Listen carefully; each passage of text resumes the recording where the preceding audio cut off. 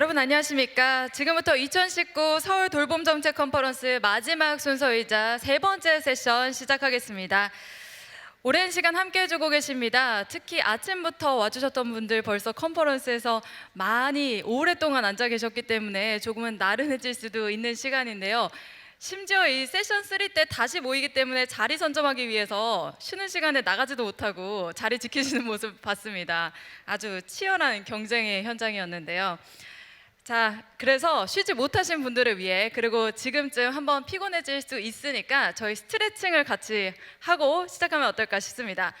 자, 따라해 주시면 되는데요. 손을 먼저 머리 위로 바짝 올려볼까요? 어깨 탈구 직전까지 어깨를 쭉 뻗어서 올려주시고요.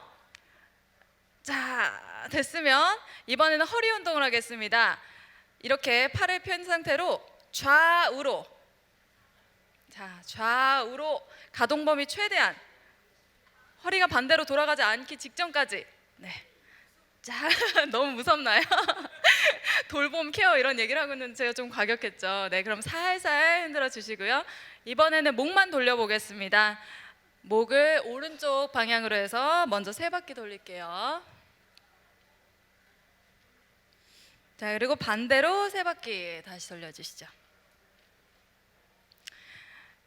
마지막이 하이라이트인데요. 이렇게 해도 잠이 안 깰 수가 있어요. 그래서 좀 환한 미소와 함께 저를 보면서, 제가 네트워킹 시간이잖아요. 이렇게 손으로 손 인사를 해주세요. 네, 반갑습니다. 저를 보면서 환한 미소로 지어주시고요. 자, 이번에는 오랜 시간 뒤에서 고생해주고 계신 저희 쪽 카메라 감독님과 스태프분들을 향해서 뒤로 또 손 인사해주세요. 네, 이번에는 저쪽 끝에 보면요, 저희 통화와 수화 서비스가 진행이 되고 있죠. 저 부스 안에서 정말 토시 하나 안 틀리고 정확하게 전달해 드리기 위해서 굉장히 노력하고 계십니다. 자, 인사해 주세요. 반갑습니다. 네, 이런 거 하고 나니까 좀 잠이 깨죠. 좋습니다. 그럼 이제 밝은 기운을 가지고 세 번째 세션 시작해 보겠습니다. 어쩌면 국제 컨퍼런스의 가장 백미가 이 세 번째 세션일 수도 있어요. 왜냐면 주제가 돌봄 행정의 국제 비교기 때문입니다. 국내가 아니라 국제죠. 그래서 국제에서 정말 유능한 연사분들을 다 모았는데, 일단 호주에서 오셨고요, 일본에서 2분 오셨고요, 또 스웨덴, 미국, 한국, 이 모든 영역에서 각 분야의 전문가분들이 모셔서 서로의 정책을 국제적으로 비교를 하는 시간 가질 겁니다. 좌장은 동덕여자대학교 사회복지학과 남기철 교수님께서 맡아주실 거고요. 한 분씩 소개 올리자면 호주 뉴사우스 웨일즈주 보건부 예방보건실 빈시엘리 매니저님 오셨고요. 일본 요코하마시 건강복지국 사토 타이스케 고령건강복지 과장님이 발표 맡아주실 거고요. 일본에서 한 분 더 오셨는데 기타 아사코 지역포괄 케어 추진과장님께서는 토론 대신에 토의를 맡아주실 발표 대신에 토론을 맡아주실 거고요. 또 스웨덴 스톡홀름 리딩웨시 복지 담당 윤영희 사회복지사님, 또 미국 샌프란시스코 휴먼 서비스 에이전시에서 트렌트 로르어 국장님 오셨고요. 마지막으로 한국의 서울 노원구 복지정책과 찻동 돌봄 지원팀에서 성혜욱 팀장님까지 와주셨습니다. 자, 많이 오셨죠? 일단 박수 한번 치고 볼까요? 네. 그럼 첫 번째 발제자 모시겠습니다. 호주 뉴사우스 웨일즈주 보건부 예방보건실 빈실리 매니저님, 큰 박수로 환영해 주십시오.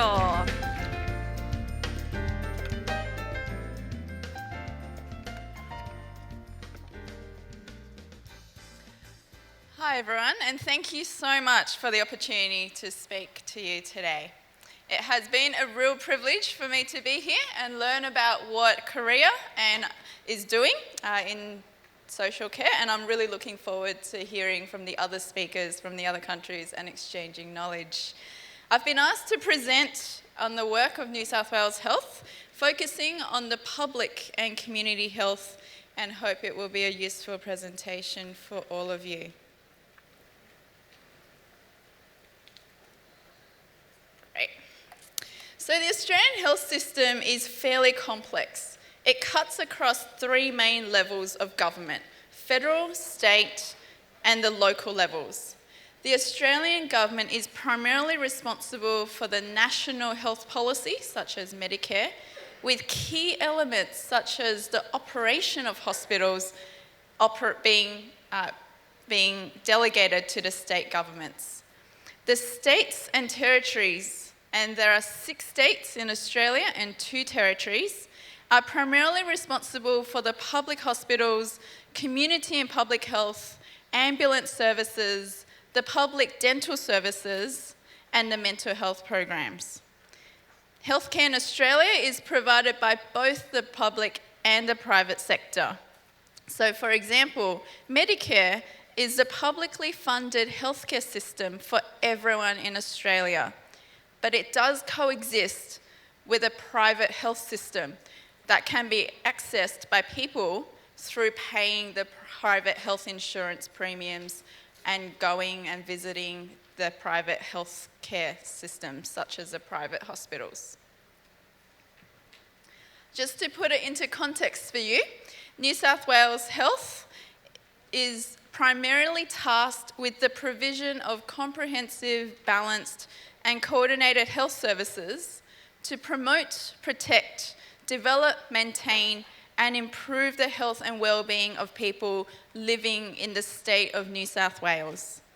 The New South Wales Ministry of Health, where I'm currently working, also has the role of a system manager in relation to the New South Wales public health system.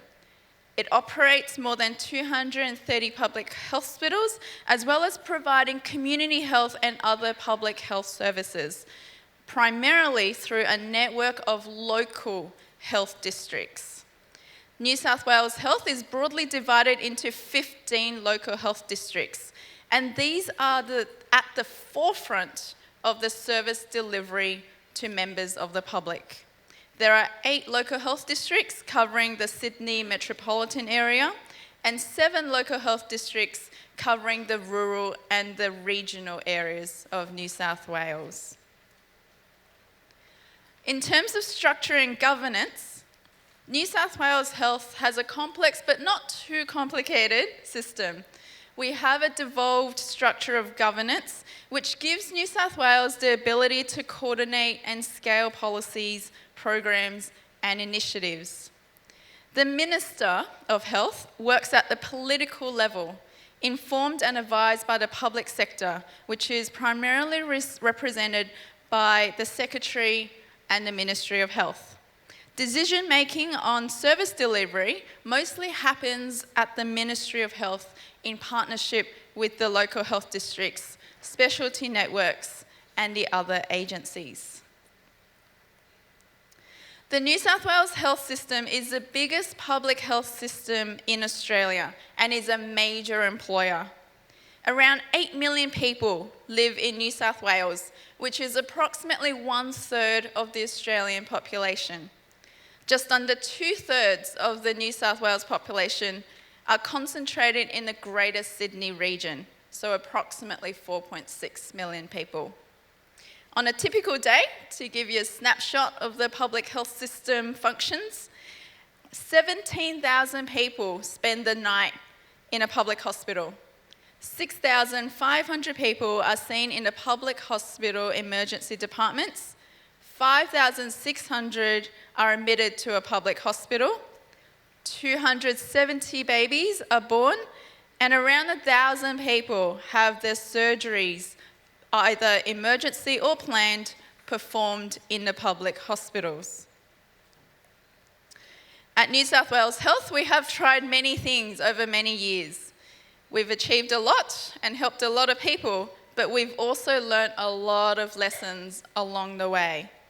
What we are now working towards is a system of the future that will see increased focus on preventive care, which I'll talk a lot more about during the rest of my presentation, investing in community care, and stemming the flow of patients into emergency departments. We are also starting to invest a lot more in automation, in digital health, and in the use of data to inform our strategies, as well as integrating care across the health and other sectors, including the social and welfare sectors. We are really trying to put the person back at the centre and care for them better, starting with where they are at in life. New South Wales Health is working to become a sustainable health system, delivering outcomes that truly matter to patients and the community, and that are personalised and that address people's physical, mental, social and emotional health and wellness. And of course, trying to keep on trend with what is happening in the broader context. We are trying to get more digital and we're trying to be more innovative with the way that we are delivering the services. One of the key things that we have learnt is the importance of focusing efforts on preventive health, with the aim of promoting people's physical, mental and emotional health and well-being and reducing the risk of chronic diseases, thereby improving their quality of life and enabling them to live longer and more productive lives. Promoting people's health and well-being and keeping them out of hospitals, as many of you know, has many benefits. Not only does it help people to keep living for longer and enjoy more disease-free and well and healthy years, but we are also trying to help people live independently for longer. This is particularly important for us as well in Australia, as we do also have an ageing population, with the proportion of older people living in Australia expecting to double by 2050. Also, by keeping people out of hospitals and also out of longer-term care for longer, it will also help to save money, which is, of course, better for the economy. We've also learnt that our health and well-being is actually not simply dependent on people's lifestyle choices, such as eating healthier, enjoying more physical activity, not smoking, not drinking too much alcohol, etc. Even though it is really important, people's choices and health outcomes are more informed by the broader social, environmental, and economic determinants of health. So, for example, the education, the work environments, what shops are available for them to buy groceries from, their employment status, housing affordability, access to health services, which in Australia is much harder when you're not living in a metropolitan area, etc. It's therefore really important for us to try and adopt an integrated and comprehensive approach to promoting people's health and well-being by helping and enabling people to take ownership of their choices and be supported to do so by their environments, so that they can live as healthily as possible and for as long as possible. So in terms of preventive health, New South Wales Health manages and delivers initiatives at the individual settings and at the policy levels throughout the life course. These initiatives are delivered across the state, and we try our best, and this is often very difficult, to focus on communities that require the services the most. So mostly the lower socioeconomic status communities, the culturally and linguistically diverse communities, the Aboriginal and Torres Strait Islander populations, and people living in the regional, rural and remote areas of New South Wales. So one of the key things that is really important for us to do is to make sure that all of these initiatives are free of charge as a basis, and as much as possible tailored to the needs of those communities. So just walking you through the different services, on your left, the services start with pregnancy. And we have a program called Get Healthy in Pregnancy, which supports women to achieve a healthy pregnancy. This initiative is offered as part of routine antenatal care across all public maternity units in New South Wales, and it is embedded into the clinical system of care. Once the baby is born, we then have two initiatives. to support families with their newborns and with their young children. Healthy Beginnings and Time for Healthy Habits work with parents with children from 0 to 6 years old and are delivered in a number of ways to cater for the different needs. So, for example, Healthy Beginnings has a series of home visits. And with Time for Healthy Habits, the parents have 3 choices in terms of receiving the health information and the support that they may need. The 3 being written materials that are mailed out to them every fortnight over 3 months, telephone support where they can have up to 10 coaching calls with their own health professional, and online where we offer a program that has both online training modules as well as facilitated discussions, mostly via a Facebook group, for those parents. Also for that age group, so now looking at the settings level, we have the Munch and Move program. The Munch and Move program is a program that promotes healthy habits in early childhood services, including preschool, long daycare, family daycare, and occasional care services. This program really tries to ensure that those environments where the children are being cared for are as healthy as possible and support children to live, learn, and play in a way that will set them up well for life. And it also tries to support parents, especially taking opportunities for when parents come to the centres to influence some of their knowledge, attitudes, and behaviours. Moving on to school children, the Go for Fun program is run by qualified health professionals for children and families above a healthy weight and need support to build confidence and learn to eat better, stay healthy, and lead a healthy life. The focus of this program is also to help the children and the families develop sustainable, healthy habits so that they can go on to enjoy a happier, healthy life. We also have a number of initiatives working in the settings level, primarily at the primary and secondary schools where children are obviously at, but also we have statewide strategies to try to make the school canteens healthier, as well as trying to influence the health of the food and drinks sold at junior community sporting clubs. These are also fantastic opportunities for us to try to influence the agendas of other sectors. So trying to incorporate health messages and trying to make health important in settings that are not traditionally our healthcare settings like hospitals. Moving on to adults, for all individuals aged 16 years and over, the Get Healthy Information and Coaching Service is a free telephone-based coaching service that supports any New South Wales resident to make sustained improvements to their lifestyles and, of course, with the aim of preventing chronic diseases, both physical health, both in terms of physical health and mental health.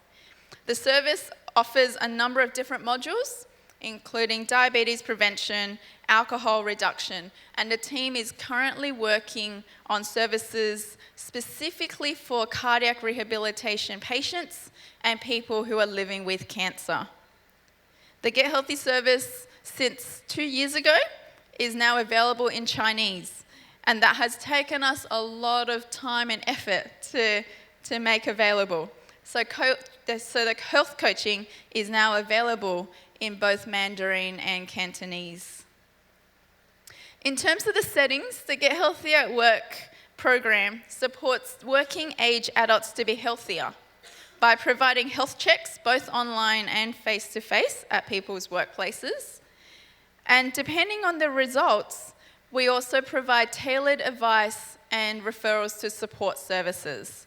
The health checks focus on 6 priority health areas. It focuses on healthy eating, physical activity, harmful alcohol consumption, smoking, active travel, and of course, mental health.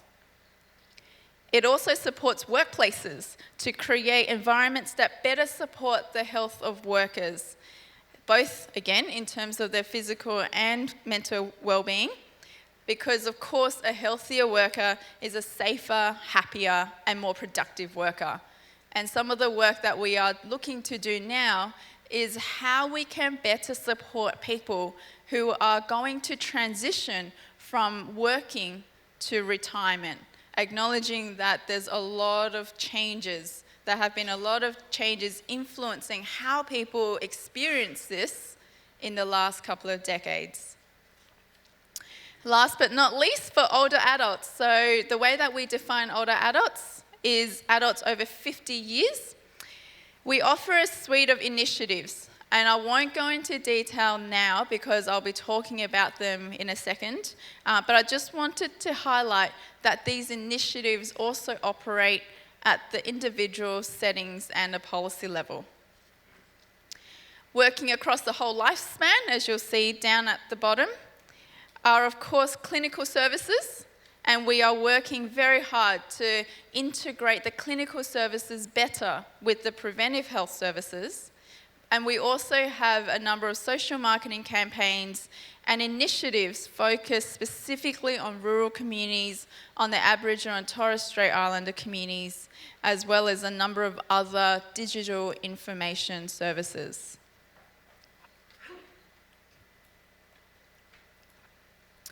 In New South Wales and Australia more broadly, there is a lot of work happening at the moment in the ageing space, particularly as, like most other countries, we have an ageing population. Broadly speaking, and you can find out more by reading the New South Wales Ageing Strategy, there are focused efforts on health and well-being with an increased focus on dementia, and as well as on what we can do to help adults transition, as I mentioned earlier, from working to retiring. There's also a lot of focused effort and a lot of services available to older people around housing choices and affordability, how to get around so that they don't feel like they are socially isolated, as well as forming inclusive communities. There's been a lot of focus as well on carer support strategies, with a number of reforms and actions complementing reforms in other areas. And the New South Wales government in general is very focused on working across the different sectors, because we really believe in the need for an integrated and comprehensive approach to health and well-being. Immediately to my portfolio is a concentrated effort to manage and offer an integrated suite of services in the preventive health space, with the aim to help older people optimise their health, increase their knowledge about the different support services that are available to them, increasing socialisation and therefore reducing social isolation, preventing falls, and of course keeping people out of hospital. There is increasingly a large focus on physical activity, primarily because there is evidence to suggest that older adults that are physically active maintain better health and cognitive function than adults that are not. Our own microsimulation modelling work has also shown that increased physical activity, particularly in the older populations, lead to decreased hospital use and costs. We currently have a suite of free initiatives available to the community, and the idea is that the older adults can access these services depending on their needs and location, as well as be able to transition through the services. And all of these services are being integrated into the clinical health system. So just broadly speaking, we have a program called Stepping On, which has been run in communities for over 10 years. This program is delivered in English and 15 other languages across all of New South Wales. It's a force prevention program primarily delivered in outpatient settings for older adults aged 70 and above. This program has been successfully embedded into the clinical and GP referral pathways, which is excellent for us, particularly as this program is also acting as a stepping stone for people who have fallen and admitted to hospital or have at least called an ambulance because of their fall, and helping them to build up their strength and balance again so that they can transition back into the community living.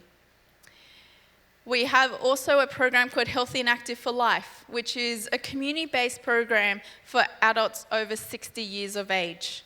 At the moment, this is a face-to-face program which runs for 10 weeks with 2-hour sessions per week that involve physical activity, an aspect of socialization, which involves a number of activities to help the participants socialize during the groups as well as afterwards, and health topic discussions that are facilitated by health professionals.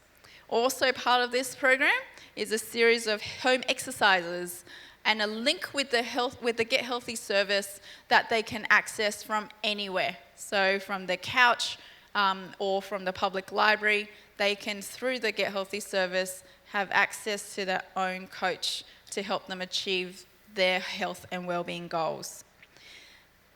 The idea is that once the participants have built up adequate confidence, strength, and balance, that they will then participate in the existing local-based community physical activity opportunities, all of which do also include other elements of physical health, as well as the mental and social health and well-being. And these opportunities are supported by New South Wales Health through an initiative called the Staying Active program, which provides seed funding and support for organisations to establish new classes in local community settings, as well as support the infrastructure, all with the view of increasing appropriate water and land-based opportunities for older adults to access. And through the Active and Healthy website, older adults can then navigate through this whole system of services. So I hope that's given you an idea of what we're doing in New South Wales specifically, and focusing on the preventive side of things. If you have any questions, please don't hesitate to contact me. Thanks. 네, 호주 뉴사우스웨이즈 보건주 예방보건실에서 빈실리 매니저였습니다. 얘기를 들으면서 저는 특히 활발한 노년 포트폴리오가 굉장히 인상 깊었는데, 저희 외가가 호주에 있어서 좀 왔다 갔다 했거든요. 근데 거기서 저희 할아버지 할머니뿐만 아니라 주변 이웃분들이 잔디도 깎고 뭐 벽돌도 바르시고 굉장히 활발한 노년 생활을 하는 것을 직접 목격했어서 이런 포트폴리오가 혹시 정말로 도움이 된 게 아닐까 저는 인상 깊게 들었습니다. 여러분들도 한국 정책에 도입할 만한 아이디어들 다음 발표에서도 많이 있을 테니까 주의 깊게 들어주시면 좋겠습니다. 자, 이번에는 일본 요코하마시의 건강복지국 사토 타이스케 고령 건강복지 과장님을 무대로 모셔보겠습니다. 큰 박수 부탁드립니다.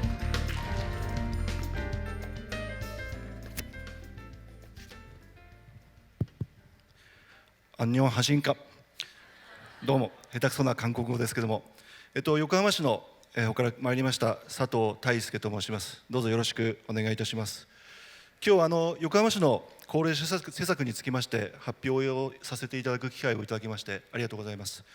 ソウル特別市の皆様には深く感謝申し上げます。私からは先進国の中でもですね、特に速いスピードで高齢化が進んでいる日本、その中でも横浜市というのは、東京に次ぐ2番目に大きな自治体になっています。我々が日頃取り組んでいる、高齢者に関する施策について、介護保険の仕組みを中心にですね、ちょっとお話をさせていただきたいというふうに思います。私の話がですね、少しでも、今日ご参加の国々や地域の方にとってですね、お役に立てれば大変光栄に思います。どうぞよろしくお願いをいたします。最初に横浜市の紹介をいたします。横浜市は人口が今374万人で、1960年代から1970年代にかけて、東京で働く人のベッドタウンとして急激に発展をしてまいりました。先ほどご紹介しましたように、日本では東京に次ぐ人口を持っているというところです。ただこの人口の374万人も現在がピークになっています。これから少子高齢化が進むにつれて横浜市の方の人口も減るということになっています。後ほどもちょっとご紹介しますけども、我々は2025年というのを一つ目標にですね、さまざまな高齢者施策を進めているわけなんですけども、2025年には現在よりも4万から5万人ぐらい人口が減るといった見込みになっています。現在の374万人の人口がいる中で、高齢者の数が約91万人ということで、高齢化率は実はですね 24% です。こちら韓国は15% ぐらいというふうに伺っていますけども、横浜市の場合は4人に1人が65歳ということになっています。ちょっとだいぶ先になるんですけども、2065年頃にはどうなってるかっていう数字もですね、我々は推計をしているわけなんですけども、2065年に横浜市の人口は大体300万人ぐらいになっちゃうんですね。今よりもだいぶ減ると。でその時の高齢者は100万人を超えていますので、その時の高齢化率は36%、およそ3人に1人は高齢者になるというような見込みを立てているというところです。そういった横浜市なんですけども、先ほどもご紹介した通りに2025年を一つの目標としている中で、どんな世の中というかどんな社会になっているのかということを推計しますとですね、さまざま物差しみたいなものはあるわけなんですけども、一つはその介護保険というサービスを必要になるだろうなという人は今よりも 40% 増えるだろうと。それから午前中のセッションの中でもたびたび出てきた認知症に関しましても、現在の患者の数よりも40% 増えるだろうというふうに推計しています。したがって近い将来、もう2025年っていうのは6年後5年後6年後です。この時に横浜市としてこれらの状況に適切に対応していくために何をすべきかということでさまざまな施策に取り組んでいるところです。もう少し背景をご紹介いたします。2025年なぜ横浜市として鍵にしているのかというと、日本のこの人口構造に特徴がありまして、1947年から1949年にかけてですね、出生率が急上昇するいわゆるベビーブームが起きました。2025年にはこのベビーブーム時代に生まれた方が全員後期高齢者75歳以上を迎えるということになりますので、そうなれば当然ですね、医療や介護その他のさまざまな福祉サービスが非常に必要になるということがありますので、2025年を一つの目標としてさまざまな施策の検討を行っているというところです。そうした中で特に我々が力を入れているものに地域包括ケアシステムというのがあります。ちょっとこれ絵があるんですけども、意味合いとしては年をとってもですね、可能な限り住み慣れた地域でですね、自分らしい生活を人生の最後まで送っていくと、そういうことができるように、それを支えるためにですね、地域の中で包括的に支援をしたりサービスを提供するような体制を作ると、これを地域包括ケアシステムと言っています。この取り組みは横浜だけが行っているわけではなくて、日本の厚生労働省これが提唱して、全国的にですねこういう取り組みを進めるようにというふうになっています。したがって横浜だけでなく日本に1600、1700ぐらいの自治体があるわけなんですけども、それぞれの自治体において独自の地域包括ケアシステムというのを作っているということです。この絵の説明になりますけども、真ん中に住まいがあります。そして右上にありますように、介護が必要になったら身近なところで介護サービスを利用できる。から病気になれば身近な場所で医療のサービスも受けられるようになる。そして元気なうちは生活支援であったり介護予防も身近な場所でできると。そういった形で住まいを中心にしてですね、どんな状態になっても先ほどご紹介したように自分らしい生活を人生の最後まで送っていただけるようなサービスをこう一つの狭いエリアの中でですね完結できるような仕組みを今作っているというところです。でその地域包括ケアシステムの中心的な役割を果たす施設といたしまして、横浜市が運営をしているんですけども、地域ケアプラザというのがあります。これは、ありますようにですね、福祉保健の相談ができる場でもありますし、また市民の活動や交流ができる場でもあります。また場合によってはですね、高齢者の、介護の施設も併設されているというところです。でこの地域ケアプラザの中には、保健師さんだったり社会福祉士、ケアマネージャーとかさまざまな福祉サービスを提供する上で必要な、専門家が常駐しているということで、それらの方を通じて、どんな福祉サービスのニーズがあったとしてもですね、一度はここで受け止めると、そういった役割を設けています。この地域ケアプラザ、今横浜市内には139カ所設置しておりまして、自宅からですね気軽に歩いていけるエリアに必ず1カ所はあるというようなことになっています。で今地域包括ケアシステムというのを紹介しました。横浜市では一生懸命この普及啓発に努めているわけなんですけども、横浜市内ではですねすでにこの地域包括ケアシステムを成功させているエリアがあります。これからご紹介する旭区という行政区があるわけなんですけども、その中にある若葉台団地というものをこの後ご紹介します。この若葉台団地というのは人口が1万5,000人程度の方のが一緒に住まわれている大規模団地、高層住宅の集合ですね、団地になっています。でその中には狭いエリアなんですけども、介護のサービスを提供する事業所もあれば、医療の病院などもあります。また生活支援や介護予防に資するさまざまな取り組みが行われているということで、すでにですねその地域包括ケアシステムの象徴的な場所として成果を生み出しているというところです。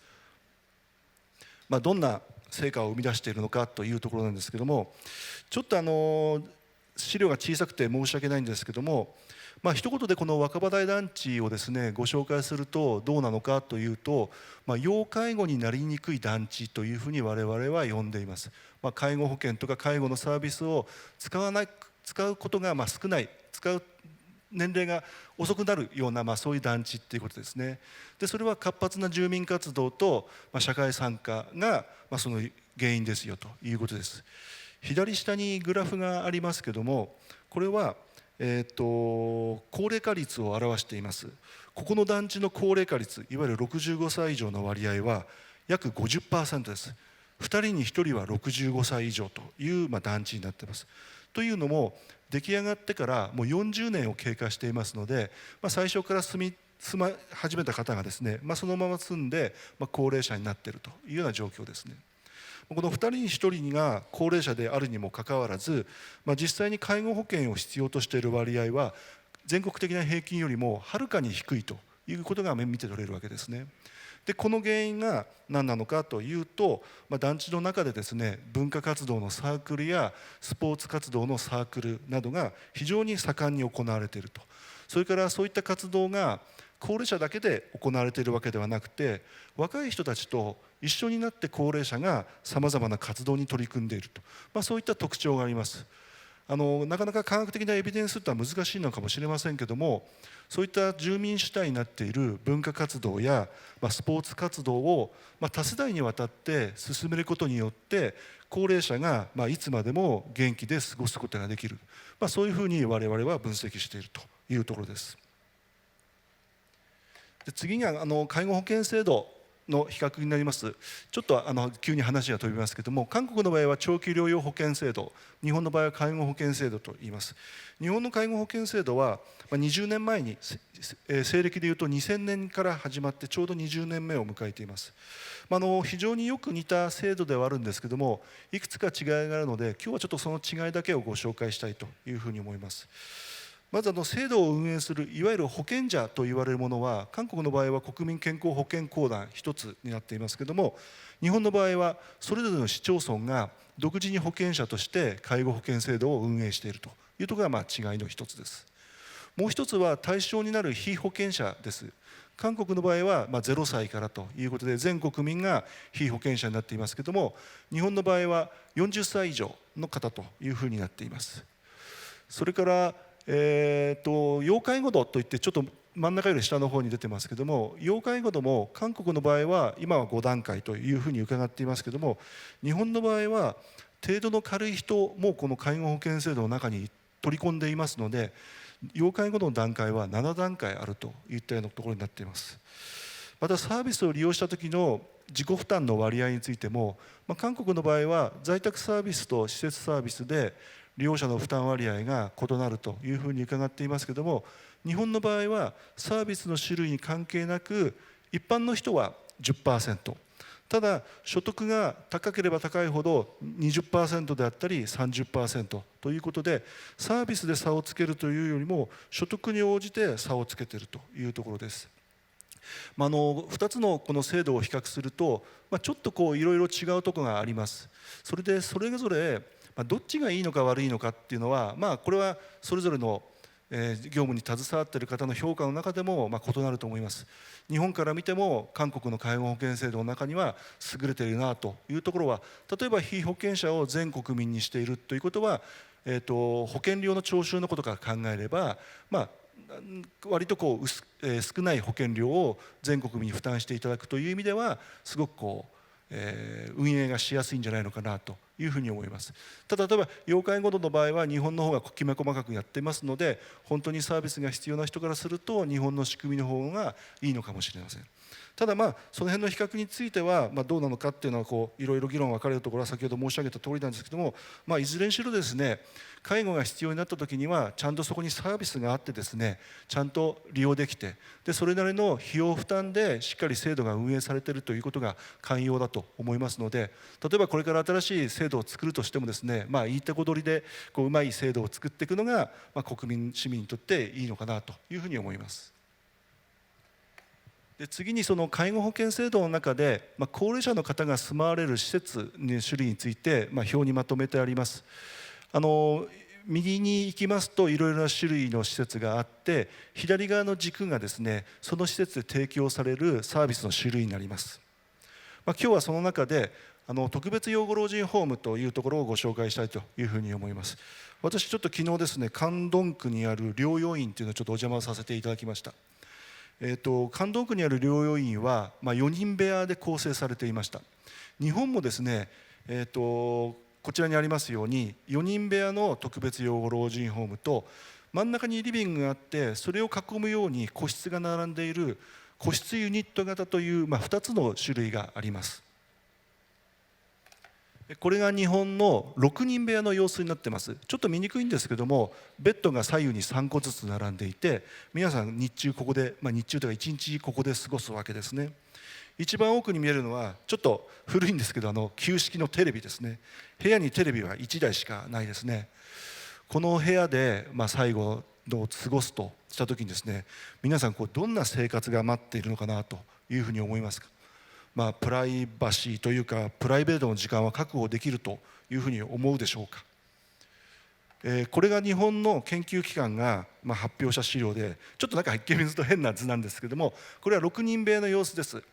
画面の上がベランダ側で、画面の下が廊下になっているわけなんですけども、6人が左右に分かれて3台ずつのベッドに分かれて寝てるわけなんですけども、例えば窓際のこの人は一日過ごす時にですね、天井を見上げて寝ているか、あるいは窓際を向いて過ごすわけですね。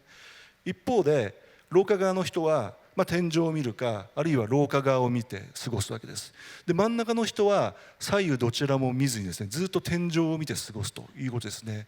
結局あんまり他人の方を向いて過ごすっていう高齢者が少ないっていうことで、生活の仕方の中にもですね、いろいろ制限があるというのがこの研究の成果として出ているというところです。この6人部屋4人部屋いろいろありますけども、いろいろ問題点はあると思います。集団処遇ということだってさまざまな制約がありますよということで、ここにあるようにですね、会話続けであったり、おむつを交換した時の匂いが漏れてしまったりとか、プライバシーが保てないとか、そういったちょっと良くないところもあるのかなと思います。でこれが日本でやっているユニット型個室の様子です。1人一部屋あってですね、その中にベッドがあると。でこのリビングで日中を過ごしていただくということです。先ほどの4人部屋6人部屋と比較すると、費用は高くなりますという欠点があるというところですね。で横浜市はですね、この4人部屋6人部屋に比べてこの個室の整備を今進めているところです。やはりですね、人生の最後を暮らす場である以上ですね、安心して生活できる、それを考えてですね、入居者の尊厳ある生活を確保するために、個室の整備を今進めているというところですので、全国日本の中の比較でもですね、横浜市においては個室の整備が進んでいるといったところです。ちょっと時間がなくなっちゃったんで、あとは簡単にご紹介をします。日本はですね、今少子高齢化が進みまして、労働力が非常に不足をしています。特に介護の仕事をする人というのが非常に少ないというところです。でこれまで日本は外国からのですね、人材の受け入れっていうのはあんまり進めてきていませんでした。しかしですね、もうそういうことを言っている時代ではないということで、国もようやく重い腰を上げてですね、外国からの介護人材の受け入れを進めています。横浜市もですね、今日本の自治体の中では一番海外からの介護人材の受け入れを進めているということで、さまざまな取り組みをしています。その中で2つだけ紹介します。一つはですね、外国人の方が横浜に来る前から日本語を勉強したり、介護の技術を勉強したりするような、研修をですね、母国にいるうちから受けていただくという仕組みを作っています。これ横浜市がお金を出して、今年の夏からですね、今ベトナムの2つの大学でこういう研修事業を始めています。1年後か2年後にはですね、ここで勉強した子が横浜に来て介護の仕事をしていただく。からもう一つは、そうやって入ってきた子のための、住む部屋をですね、横浜市と実際に働いていただく施設と協力してやって、住宅を確保すると、本人に負担がないようにして住居を用意すると、そういったような取り組みを進めています。ちょっと最後駆け足になってしまいましたけども、横浜市が取り組んでいる高齢者福祉施策についてちょっとご紹介をさせていただきました。どうもありがとうございました。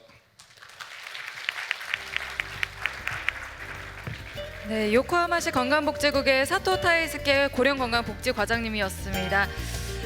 6인실에서 어떤 방향으로 눕고 어떤 자세를 취하는지까지 정말 상세하게 많은 내용이 담겨 있었죠. 지역 포괄제도, 그리고 장기 요양보험이라고 불리는 개호보험제도 한일 간의 비교도 해주시고, 또 요코하마시의 유닛케어하고 간병 인력 확보하는 방안까지, 계획까지 아주 상세해서 책 속에서 담지 못한 내용 많이 필기하셨으리라 예상이 됩니다. 자, 다음 발제자분으로 넘어가 보겠습니다. 이번에는 스웨덴에서 오신 분입니다. 스웨덴 스톡홀름 리딩웨시에서 근무하고 계시는 윤영희 사회복지사님을 큰 박수로 맞아보겠습니다. 반갑습니다.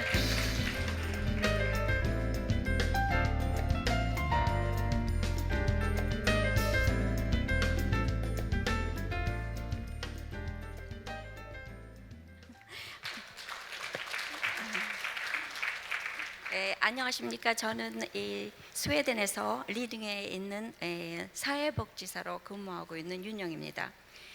저는 오늘 요람에서 무덤까지 스웨덴 사람들이 누리는 복지에 대해서 간단하게 말씀드리고 싶습니다. 스웨덴은 복지사회로 매우 알려진 나라인데, 그러면은 스웨덴의 그 복지사회가 나에게 주는 혜택이 무엇인지 좀 간단하게 말씀드리고 싶습니다. 어디 보자. 제가 이거를 요람에서 무덤까지. 저는 안나의 일생을 예를 들어서 한번 얘기하고 싶어요.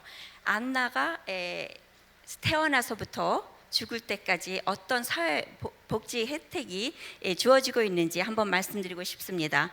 안나의 엄마가 임신을 하게 되면 보건소에서 임신부를 돕는 전문직 간호원이 안나의 엄마를 규칙적으로 만나고, 또 안나가 그러면서 임신을 해서 출산을 하게 될 때까지는 아빠와 함께 같이 출산 교육도 받고 하게 되죠. 그런 다음에 안나를 낳게 되면 또 안나의 엄마를, 그러니까 산모를 돕는 전문직 간호원들을 정기적으로 방문하게 됩니다.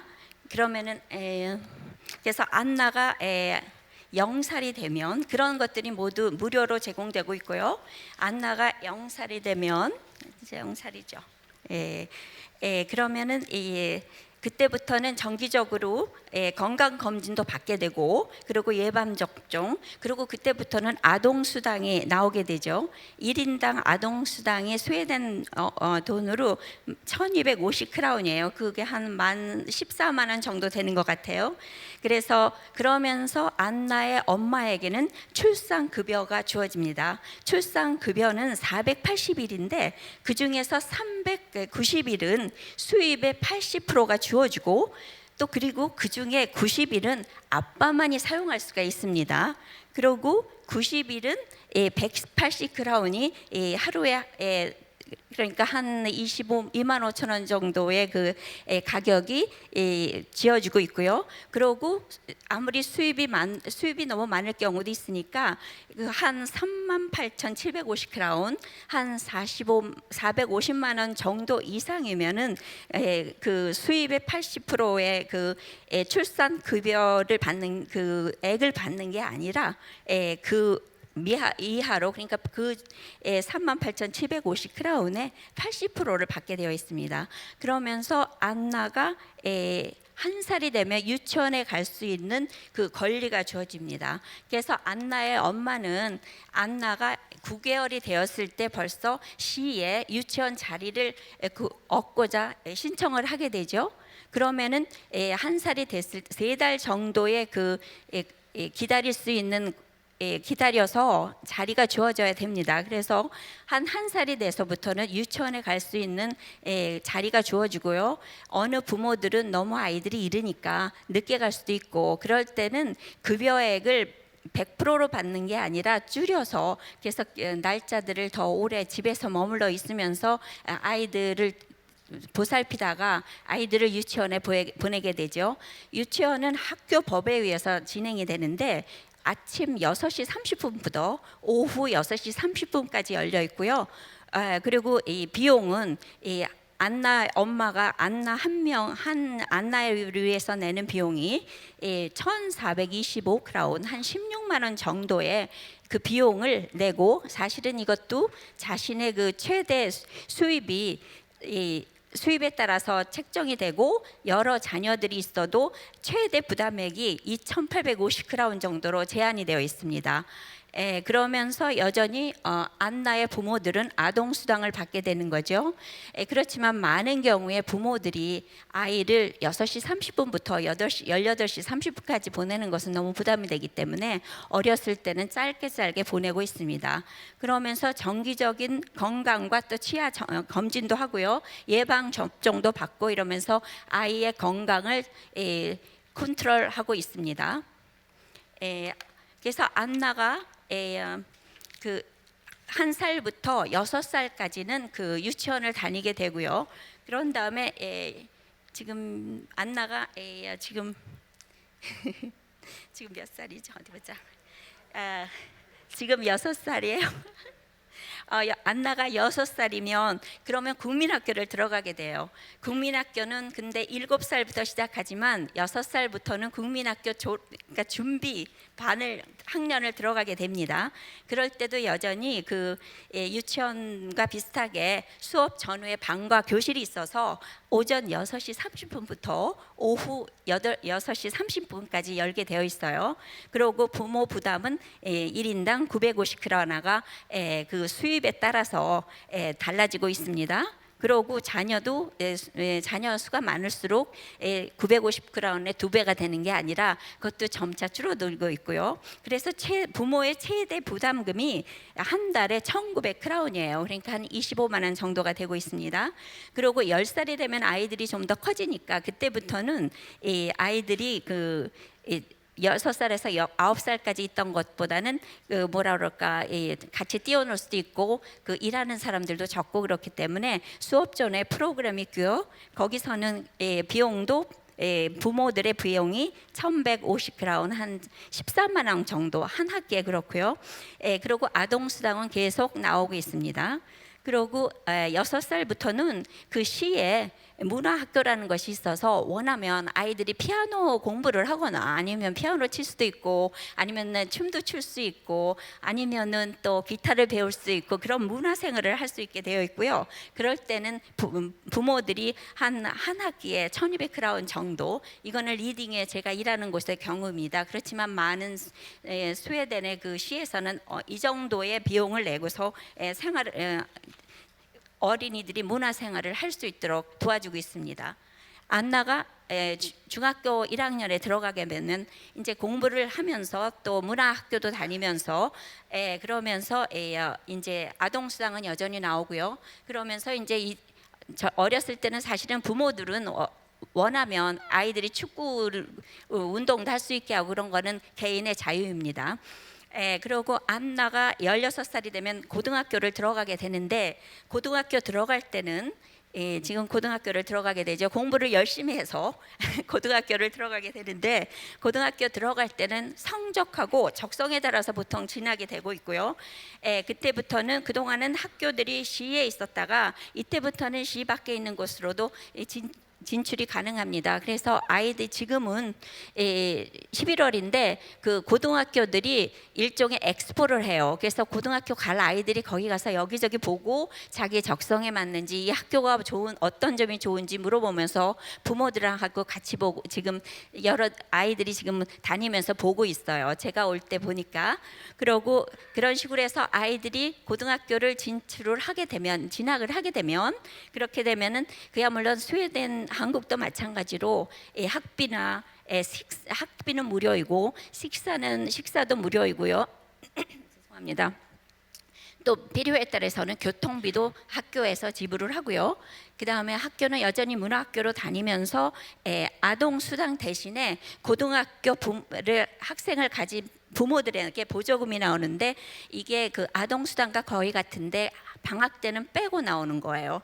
이거는 보통 사회보험국에서 주는 것이 아니라 그 대학교 융자를 주는 곳이라고 CSN이라고 있는데 그곳에서 주는 것인데 그곳에서 주고 그 출석 상황에 따라서 더 줄 수도 있고 안 줄 수도 있고 그러니까는 고등학교 학생들이 공부를 할 수밖에 없는 상황으로 만드는 거죠. 그래서 안나가 18살이 돼서 이제 대학교를 갈 것인가 이제 결정을 해야 되는 상황이죠. 그러면은 스웨덴에서는 그 많은 이 아이들이 고등학교를 졸업하고 직접 대학에 들어갈 수도 있지만 많은 경우에 아이들이 일을 먼저 하고 고등학교 다니면서 너무 실증이 났기 때문에 일을 좀 하고 싶어 합니다. 그래서 대학을 가는 경우가 있으면 우선은 가장 중요한 것은 18살이 되면 독립적으로 경제적으로 독립이 되었다고 인정이 돼요. 우선 선거권도 있고요. 그러니까 대학을 진학할 때면은 그 경제를 누가 부담을 하냐? 그야말로 수업료는 없고요. 그 대신에 이제 생활비가 드는데 그거를 생활비를 국가에서 융자를 줍니다. 그래서 융자와 교육 보조비가 지어주는데요. 제가 한 12,000크라운, 그러니까 한 달에 한 12,000크라운이니까 한 140만 원, 150만 원 정도의 융자비가 주는데 그 중에 한 40만 원은 그 보조비로 되어 있습니다. 그래서 아이들은 그 비용을 갖고 생활비와 주거비로 자기 경제를 해결합니다. 그리고 또 아르바이트도 겸용을 하고요. 그리고 대학을 졸업하고 나서 직장을 못 얻었을 경우에는 직장을 얻을 때에만 이 융자를 갚게 되어 있어요. 그리고 고등학교를 졸업하고 취직이 하고 싶다. 그래서 좀 공부는 지금 피곤하다. 그렇게 되면 우선은 감사합니다. 그렇게 되면은 아이들이 하는 것이 보통 유치원에서 일을 하거나 아니면은 또 노인을 도와드린다거나 아니면 장애인을 도와준다거나 그런 일을 하면서 돌봄이 일을 하고 있습니다. 그래서 그러면서 점차 이제 졸업을 하고 그랬다가 좀 공부를 더 해서 발전을 하고 싶다 하면 자기가 있던 성적에 맞춰서 대학을 다시 갈 수가 있는 거죠. 언제든지. 그러고 안나가 이제 이제 취직을 하고 직장도 있고 또 자기가 잘 살 수 있는 주거지도 있고 이러면서 안나가 살면서 성장을 해서 안나의 엄마와 비슷한 일생을 가는 것이 이제 보통이고요. 그렇게 되다가 이제 65살이 되면 그러면 정년퇴직을 하게 되잖아요. 근데 요즘은 정년퇴직이 좀 바뀌어서 올해부터는 68살까지도 정년퇴직이 일을 할 수가 있습니다. 그리고 그 정년퇴직을 하면 연금과 또 자기가 일을 하면서 생활했던 그 저금을 했던 그 저축으로 생활이 가능하고, 그리고 수입이 자기 생활의 그 수입이 적을 경우에는 주거비나 아니면 생활비 보조가 나오게 되어 있고요. 그리고 여가 생활을 하게 되고요. 제가 지금까지는 인생이 그야말로 5분 동안 완전히 행복하게 끝나서 처음부터 끝까지 지난 걸로 되어 있는데, 사실 저희가 인생을 살다 보면 아직 안나가 진짜 하나 제가 빠졌는데, 안나가 만약에 지금 안나가 살다가 결국 안나가 우리가 죽게 되는 거죠. 그렇게 되면 스웨덴에서는 개인이 생전에 장례세금을 내요. 그래서 저희가 죽게 되면 그 장례식 장소와 묘지가 배정이 됩니다. 그래서 그러고 장례식은 그 1개월 이내에 장례식이 거행하도록 되어 있고요. 그래서 이런 식으로 안나의 일생을 한번 그려봤고요. 이런 그 행복하게 사는 안나를 생각하면은 사실은 현실적은 아니죠. 인생을 살다 보면 여러 가지 어려운 문제도 있고 닥치는 문제도 있고 이런데, 그런 것의 책임은 누가 지는 것인가, 그거를 한번 제가 간단하게 말씀드리고 싶습니다. 그것은 시의 사회복지법 2조를 보면 그 2조예요. 사회복지법 2조를 보면 그 지방자치단체, 그러니까 시에서 해당 지역의 개인에게 필요한 복지 서비스를 제공할 궁극적 책임이 있다고 주어져 있습니다.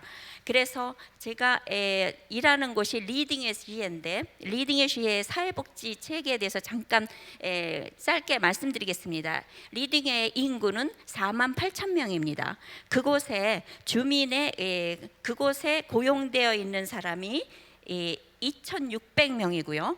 그 중에서 여러 부가 있는데, 그 중에 교육부는 유치원부터 고등학교까지 일하는 사람들의 거기에 속해 있습니다. 그분들이 1,000명이고요. 사회복지국이 900명이 지금 거기에서 종사하고 있습니다.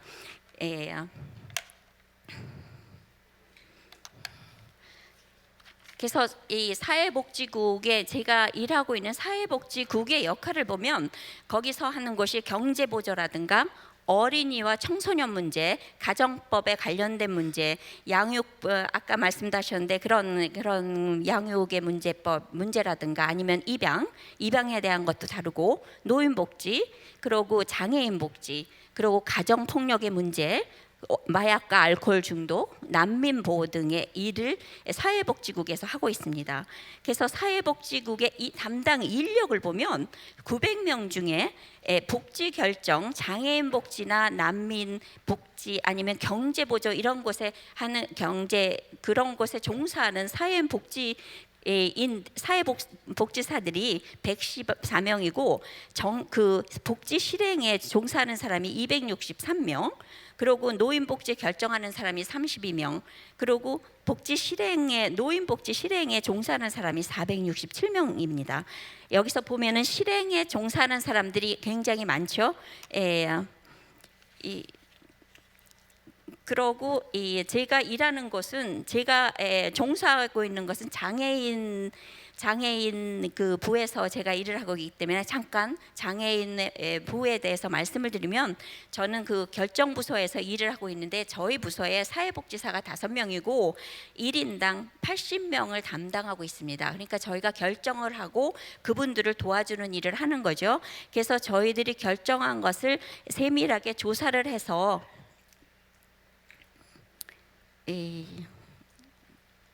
이게 맞는 건가요? 지원 방식. 지금 맞아요. 지원방 그래서 그러고 주민결정부서에 온 지원 신청서를 받아갖고 세밀한 조사를 거쳐서 지원 여부 결정을 해서 실행부에 필요한 지원 내용을 상세히 전달합니다. 그래서 실행부서에서는 조사 결과에 따른 업무 실행을 하게 되는 거죠.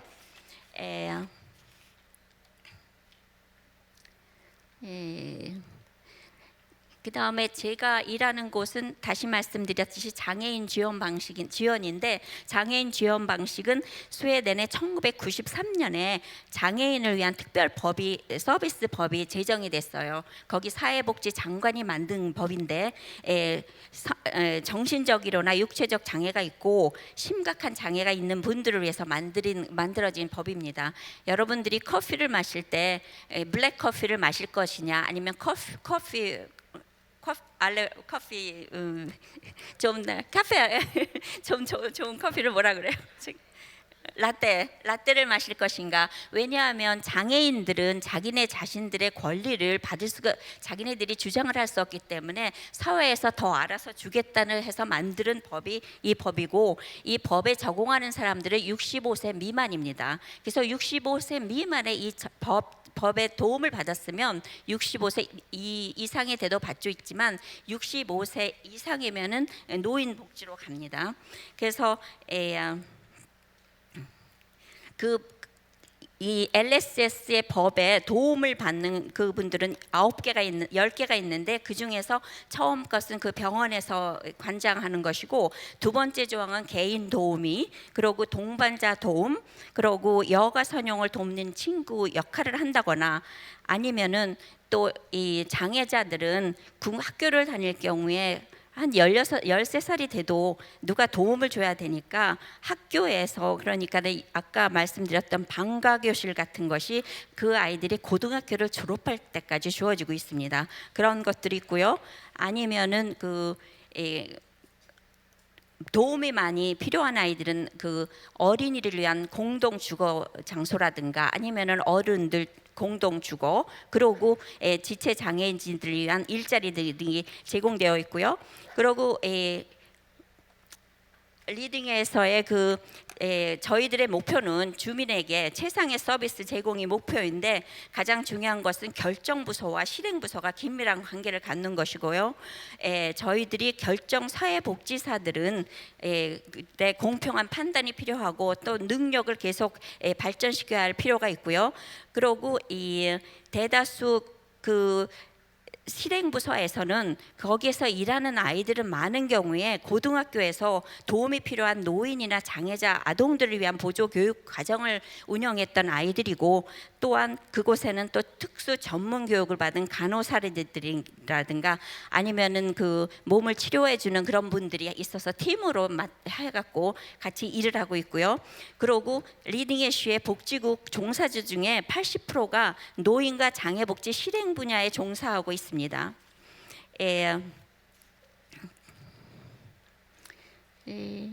그래서 스웨덴의 돌봄 서비스를 한국의 오늘 이 여러분 말씀을 듣고 비춰보면 그 스웨덴은 어느 시를 가거나 그 구조 및 지원 방식은 구조는 조금 다를지언정 지원 방식과 그런 것은 모두 마찬가지입니다. 그래서 어느 시를 가거나 무슨 도움을 받을 수 있는 것은 거의 같습니다. 조금의 차이는 있지만 그리고 돌봄 서비스는 그 사회복지법에 따라서 주어지는 것인데 많은 경우에 복지 수요자의 그 수입에 따라서 서비스가 제공됩니다. 그래서 개인 부담액이 차이가 있는 거고요. 그리고 스웨덴의 돌봄 서비스는 스웨덴의 그 여성들이 취업 활동에 크게 기여를 했다고 볼 수 있습니다. 어디 보자. 여기. 그리고 아까 스웨덴의 돌봄 서비스에서 어린이 돌봄 서비스는 사실은 스웨덴에서는 교육부의 속해 있고, 그리고 그곳에 어린이 보호 교육을 위한 선생님들과 그 소위 말하는 도우미들이 한 1000여 명이 근무하고 있는 중이고요. 그리고 장애인과 노인 돌봄 서비스는 저희 한 700여 명이 근무하고 있는데, 그 액수는 700여 명이 다 돌봄 서비스가 아니라 많은 분들이 그곳에서 공무원으로 돌봄 서비스를 하고 근무하고 있는 것입니다. 스웨덴의 사회복지에서 고려하고 싶은 점은, 제가 생각하기에는 모든 사회복지가 잘 돼 있기 때문에, 그야 물론 제가 지금 말씀드릴 것은 굉장히 일반적으로 말씀드려서 문제는 많고 어딜 가나 마찬가지지만, 전체적으로 말씀을 드리면은 사회복지가 잘 돼 있기 때문에 외롭게 살 수 있는 경향이 크고, 또 뿐만 아니라 많은 젊은이들도 그렇고 남한테 의존하는 그런 태도가, 그리고 패시브, 그러니까는 수동적으로 살 수 있는 그런 태도가 되어 있는 거고요. 그리고 제가 가장 끝으로 한 말씀드리고 싶은 것은 고비용 문제입니다. 이런 사회복지가 운영이 되려면 재정이 많이 필요한 거죠. 그래서 저희들이 시에 내는 저희 수입의 30%는 거의 30%, 31%는 시의 세금으로 저희가 내고 있습니다. 그리고 수입이 한 490만 원 정도, 한 달에 한 500만 원 정도가 되면 시에만 세금을 내는 것이 아니라 국가에도 세금을 내고, 수입이 많을수록 세금을 점차 내면서, 그러면서 이 사회복지 체제가 운영되고 있다고 말씀드리고 싶습니다. 감사합니다. 네, 스웨덴 스톡홀름 리딩웨시에서 근무하고 계시는 윤영희 사회복지사님이었습니다. 혹시 발표 들으시면서 안나 얘기를 들으며 이 정도면은 나도 아이 하나 낳아도 되겠는데? 이런 생각 하신 분들 계신가요? 네. 혹시 살짝 손 한번 들어볼까요? 이 정도면 나도 아이 하나 더 낳아도 되겠다. 네. 더 낳는 건지 아니면 이제라도 낳는 건지 모르겠습니다만, 아무튼 거의 복지국가의 상징이라고 할 수 있죠. 스웨덴의 매력적인 복지 정책들을 한번 쭉 살펴보니까 부러움도 많이 들고, 저희도 어서 여러 가지 복지 혜택들을 더 늘리면 좋겠다, 이런 개인적인 바람도 들었습니다. 발표 감사드리고요. 이어서 다음으로 미국 샌프란시스코 휴먼 서비스 에이전시의 트렌트 로르어 국장님의 발표가 있겠습니다. Please welcome Mr. Trent Rohrer.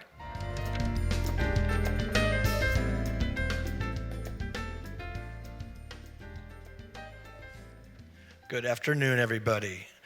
San Francisco is actually a sister city with Seoul, so I am very pleased to be able to share the work that we've done in our early care and education system with our sister city, Seoul, and very honored to be asked to speak here today. So behind me is our city. For those of you who haven't visited, now you have. I'm going to start out actually with a video that talks about the system nationally and what the problems are and the barriers in different cities across the country in the United States. And it's about a 4-minute video, but it says it much better than I could say it. And the reason I'm showing it to you is because it shows you how San Francisco is constrained by what the national government system is, and what we have to do locally to account for the shortcomings at the federal level.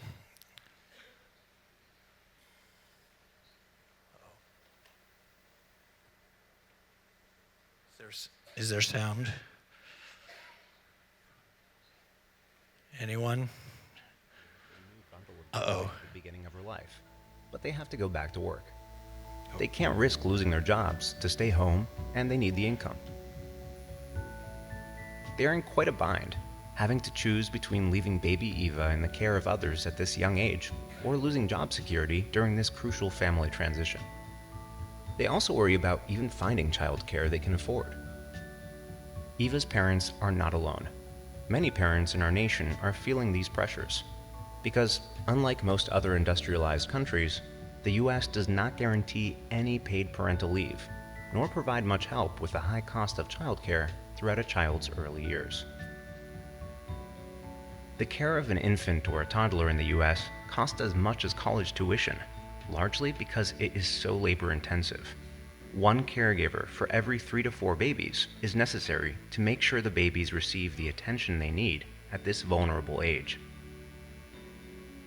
Currently, the costs are mostly shouldered by parents and a low-paid workforce, whereas in most other countries, these important startup years are subsidized. Luckily, the Lee family has found a neighborhood child care center, Little Tree Learning, that came highly recommended by friends, but they struggle to afford it. Meanwhile, they have no idea, despite the high tuition they pay, that Eva's teachers at Little Tree, Nora and Carmen, worry about supporting their own families because of the low wages they earn. In fact, nearly half of child care workers providing care and education to our nation's young children live in families that rely on at least one form of federal income support, such as food stamps. Although the National Academy of Sciences asserts that caring for and educating infants and toddlers requires the equivalent knowledge and skill as teaching older children, infant-toddler teachers earn significantly less than preschool teachers with the same education, and far less than K-12 teachers.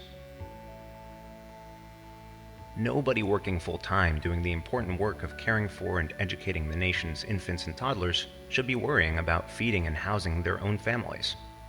But we have set up a system in the US where many, many are.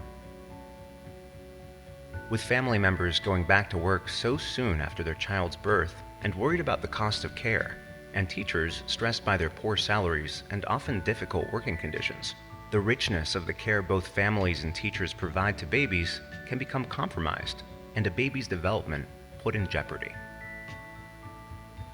Because the day-to-day interactions with the people who care for babies build the brain's initial architecture and lay down patterns of thinking and feeling, the health and well-being of the people with whom the child has these early experiences are critical. Let's make sure babies are getting the important nurturing they need to thrive. So what can we do? We can start by implementing these 3 key ideas. First, institute a national paid parental leave program, making it possible for all parents to have 6 to 9 months at home with their young babies, allowing crucial early bonding and attachment to take place, and minimizing the need for expensive childcare in the early months. Second, shift the burden of paying for services off families by making early care and education free, as we do school for older children, or ensuring that no family spends more than 7% of their income on childcare. Third, ensure teachers of our youngest children receive professional development, workplace supports, and compensation commensurate with those of teachers of older children. If these 3 supports are put into place, we will create a strong infrastructure for working families like the Lees by giving them more time with their babies and less worry about childcare costs. Teachers like Nora and Carmen can receive the professional pay and status they deserve, and babies like Eva and their growing brains will be off to a great start. Okay. So thank you to UC Berkeley for producing that video. It's precisely these problems that and the recommendations you saw were recommendations nationally. And in San Francisco, we're not going to hold our breath and wait for the federal government and the president to do anything about it. So we did it on our own.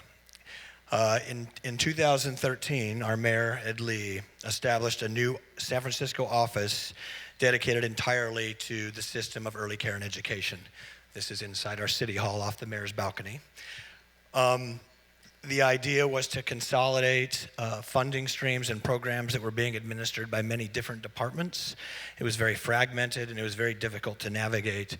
And the system really wasn't set up to address the needs that the video talked about, which is teachers were not well compensated, they weren't well trained, access was difficult, care was very expensive, and the people and families who are of the lowest income were the ones who really bared most of that burden. So the office, as I said, was formed in 2013, and the vision of the office is pretty easy. You can see it here, but it really comes down to 3 important things, and it's access to care, it's affordability of that care, and it's the quality of that care. And the quality that we are most focused on is school readiness. We want our children to be ready to enter kindergarten well prepared to take on school. And so you can see the vision here. The goals are aligned with those three elements. Enable all families in San Francisco who have children aged 0 to 5 to access affordable and high quality care and education. Second, addressing the professional development and compensation of our teacher workforce in our child care settings. And as I said, increase kindergarten readiness. So the key elements of our system, and I want to just take 30 seconds to describe our system. Unlike what I've heard in Seoul, the care is not provided directly by the government. It's not public facilities. The care, child care, is provided by nonprofit agencies and also provided by families, families who are licensed to provide that care. And so when we're developing the system, we have to recognize that we aren't providing the care directly as the city of San Francisco, but we are funding nonprofits to do that. That presents a challenge to create uniformity across the different providers, to pay fair wages across different nonprofit agencies. There's a lot of different funding streams, state and federal, that we need to manage. And there's different rules around those funding streams that affect the continuity of care. And then lastly is to streamline the administration of that for our nonprofit agencies, and I'll talk a bit more about what that means. So building our system, the only thing I'll say on this slide, other than the baby is very cute, is that we built this system based on input from the community. We had focus groups and surveys and discussion with over 2,000 people, including parents, teachers, government officials, elected leaders, and other stakeholders in the system to really figure out what we wanted our system to look like. And what I'm going to describe about our system is largely based on their input, as well as our understanding of the system. So just really quickly, in San Francisco, I'm talking about, relatively speaking, not a large percentage of the population. In fact, of all major cities and big cities in the United States, we have the smallest percentage of population that is age 0 to 5, a little over 5% of our population. Like San Francisco, they come from diverse backgrounds, even more so than our adult population does. And you'll see in this next slide that there's concentrations at the very lowest income levels in the yellow and the very high income levels in the green. And it's the bottom two, the blue and the yellow, that our system is really trying to focus on. It's the 34% of kids age 0 to 2 who are low income, and 37% here ages 3 to 5 who are very low income. And by low income, I mean that they are earning 85% of the state median income or less. And for a family of 4, parents with 2 children, that's $77,000 US a year. That's the population we're focused on, because that's the population who had most difficulty historically accessing care. This is just a breakdown of the diversity I mentioned among our population. The blue representing the Asian population in San Francisco, and the red Hispanic or Latino, and then the green 12% African American or Black. So our approach, and one of the prior presenters talked about James Heckman from University of Chicago, Nobel laureate in economics, and he talked about the smart investment of age 0 to 5. And we know that most brain development occurs in kids who are age 0 to 5, and so the dollars follow that. And what I mean is that the earlier we intervene, the dollar produces a much greater return on our investment. From prenatal care, you can see to the far left, to our system, which is the yellow and the blue, investing in high quality preschool and high quality early child care and infant toddler programs. And so how do we increase access to early learning? Remember I said that the 3 things that our system wanted to do was access, affordability, and quality. How do we address the first in terms of access? The most important thing is to recognize is that not enough families, before we converted to this system, were able or equipped to access quality care. What these families tended to do would be to rely on neighbors or babysitters or friends or grandparents or aunts or uncles to provide care. And not that it wasn't a loving environment, then most often it was, but it wasn't a learning environment very often. It could be a babysitter sticking a 3-year-old in front of a television for 8 hours a day instead of a classroom type environment. So what we wanted to do to increase that access is to develop a sliding fee scale program to ensure that all families have that access. So the less money you earn, the greater the subsidy from the city and county of San Francisco. And we also wanted to ensure that it was provided by well-compensated staff. We developed our citywide plan, as I said, with input from over 2,000 stakeholders. And the plan was this third bullet where we're investing local dollars, not federal and not state, which is already in the system, but local San Francisco taxpayer dollars to create affordability, to create higher rates of reimbursement for our providers so they could build more quality programs. And then lastly, to create more physical space, literally building childcare facilities and then leasing them to our nonprofit partners. So there are 2 programs that came out of that framework. The first is for children age 0 to 3, which we call our Early Learning Scholarship Program. And the second, which is a fee-based program for families. And then the second is what we call Preschool for All, PFA. And this is free half-day preschool for all 4-year-olds, irrespective of income in San Francisco.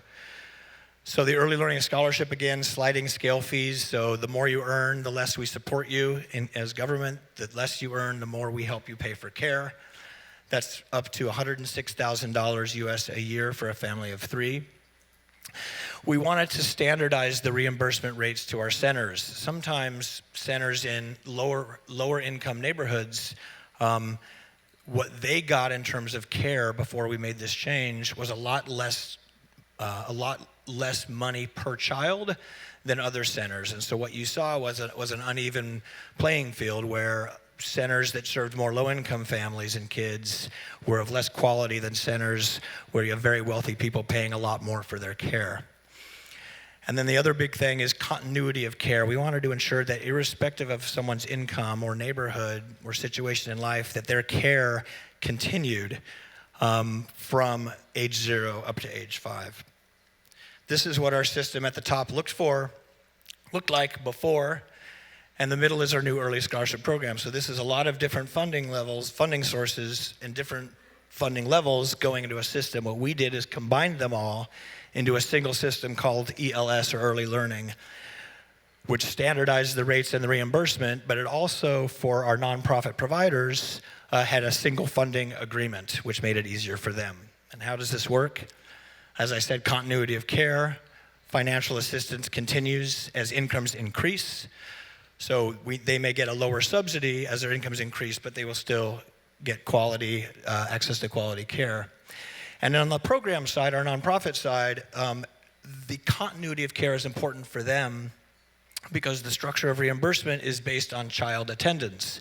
So if a child loses his or her care due to an income circumstance or something else, he or she would leave that program, and what would happen with that program would lose that money that's attached to that child.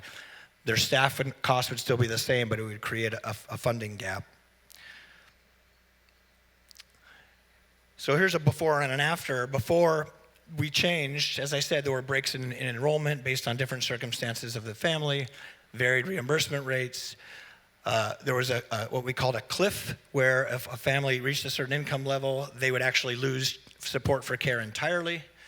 The fees varied greatly by program, as I said earlier. And the quality varied by program, largely based on neighborhood and based on income level of the children. Now we've switched over here where we guarantee 12 or 24 months of continuous care. The reimbursement rates to centers, basically closing what we call the quality gap, increases for those that have lower revenue streams. I talked about the financial assistance to families up to $103,000 a year, and the fees, and this is important, is capped at 10% of a family's income.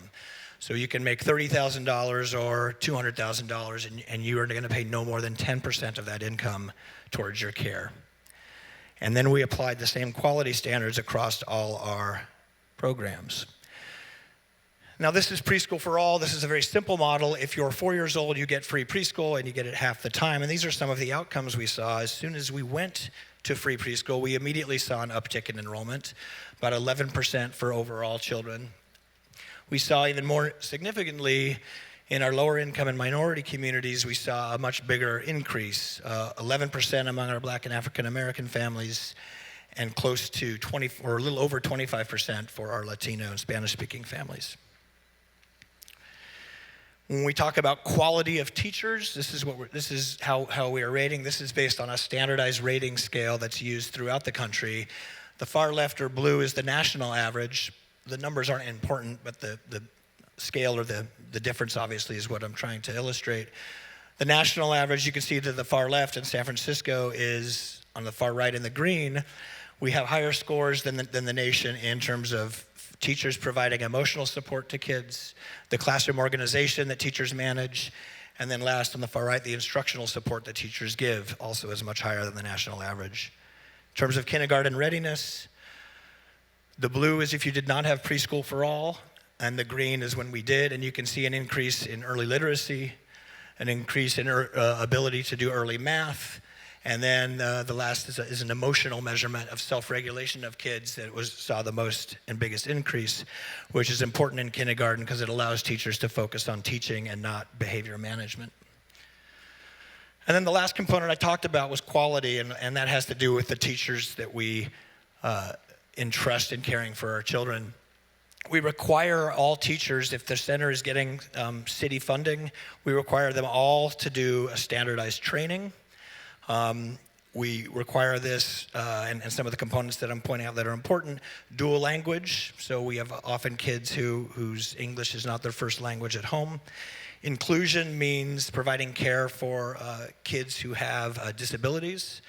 And then strengthening families and family engagement. It's a whole family approach to care. And so we want our teachers to understand how to work within the constraints of family and family issues. Building more on the quality, we do post-training. We have funding that goes to our centers for coaching collaboratives. This is a peer-based teacher coaching model. We have technical assistance, or TA, on some of the standards that the state requires. And then we also have consultation on site to help deal with children who have mental health issues as well as disabilities. So my last slide, I talked a lot about our system and how great it is, but it's not great yet, but we think it will be. Real quickly, the child care wages are not always adequate to recruit families, and so just this past year, we are giving teacher stipends to every teacher in child care of $2,000 a year. Our lowest income families still use informal care, neighbors, friends, instead of centers, even though it's more accessible to them. We have an inadequate supply, especially in infant care, and this means we need to build more centers and hire more teachers. And then lastly, even though we tried to simplify it, it still is a complex system that sometimes can really stymie parents in their ability to access care. And I will conclude with that. Thank you very much for your time. 미국 샌프란시스코 휴먼 서비스 에이전시의 트렌트 로르워 국장님의 발표였습니다. 저소득층 아동들에 대한 샌프란시스코의 접근법을 확인해 볼 수 있었는데요. 일찍 투자해서 투자 효과를 제고하고, 아니면 소득에 따른 차등 지원을 하거나 교육의 질을 향상하기 위해서 전문 인력을 육성하는 등 아주 다양한 노력을 하고 있다는 것을 볼 수 있었습니다. 자, 마지막 발표 하나를 놔두고 있는데요. 이제 다른 나라들이 다 발표가 끝나서인지 더 마지막이라 기대가 됩니다. 한국 차례입니다. 자, 한국의 서울 노원구 복지정책과 차동 돌봄 지원팀의 송혜욱 팀장님을 앞으로 모시겠습니다. 반갑습니다.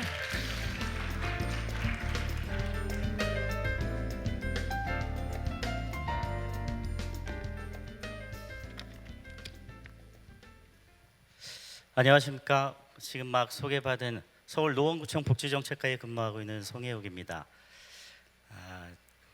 제가 오늘 말씀드릴 부분은 PT에 나와 있는 그대로 예, 동주민센터 혁신을 통한 서울형 돌봄 복지 이렇게 거창하게 이제 타이틀은 달긴 했는데요. 왜 이제 이런 그 부분을 저는 이제 말씀드리려고 하는지 순서에 맞춰서 설명드리도록 하겠습니다.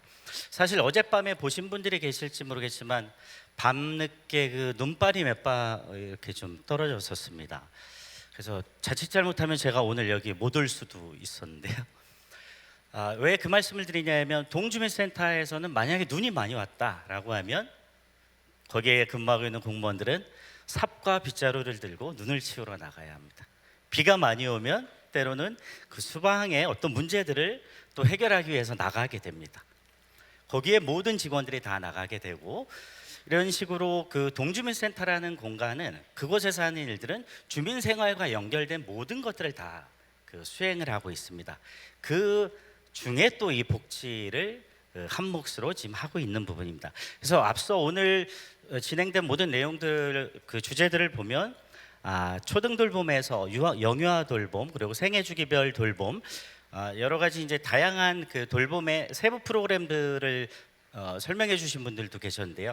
제가 오늘 드리고자 하는 말씀은 서울시는 이 돌봄을 포함한 모든 이 복지 사업들이 어떤 구조를 통해서 결국은 그것들을 최종 실행하는 단계는 동주민센터라는 행정기구를 통해서 움직이고 있는데 이 행정기구라는 이 전달 체계가 어떻게 바뀌어야 돌봄을 포함한 모든 복지들이 제대로 작동하고 이게 제대로 작동해야 결국은 그게 모든 주민들에게 그 효율적으로 그 서비스들이 제공될 수 있기 때문에 이 전달 체계의 부분에 대해서 좀 설명을 드리고자 합니다.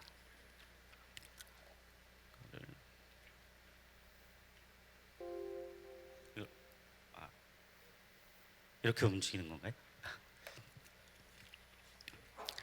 예, 그래서 그 들어가기에 앞서서 먼저 한국의 사회보장 제도의 특징을 제가 학자는 아니지만 아주 간략히 설명을 드리도록 하겠습니다. 우리나라는 일단 사회보장 제도의 그 구조는 굉장히 일찌감치 갖췄습니다. 1964년도에 산업재해보상보험을 시작으로 해서 지금 2018년에 아동수당 제도까지 사회보험, 공공부조, 사회서비스 이런 제도들의 틀은 굉장히 일찍 갖추어 놓은 상태입니다. 여기에 연역표를 달아놨는데요. 이 표는 그냥 참고를 해주시면 될 것 같고요.